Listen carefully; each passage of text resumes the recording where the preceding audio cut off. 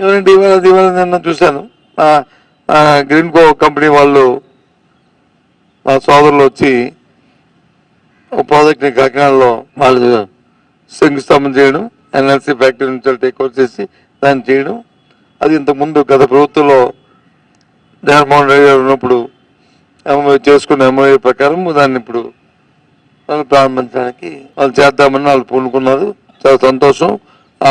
యాజమాన్యానికి నా అభినందనలు. సక్సెస్ఫుల్గా ముందు జరగాలని కోరుకుంటున్నాను. ఆ నేపథ్యంలో కొన్ని కామెంట్స్ చూశాను, ముఖ్యమంత్రి గారిది, ఉప ముఖ్యమంత్రి గారిది.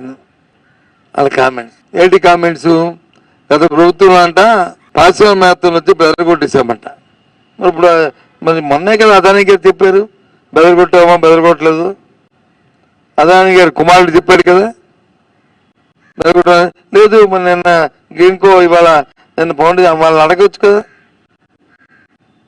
బెదరగొట్టామో వాళ్ళని ప్రోత్సహించాము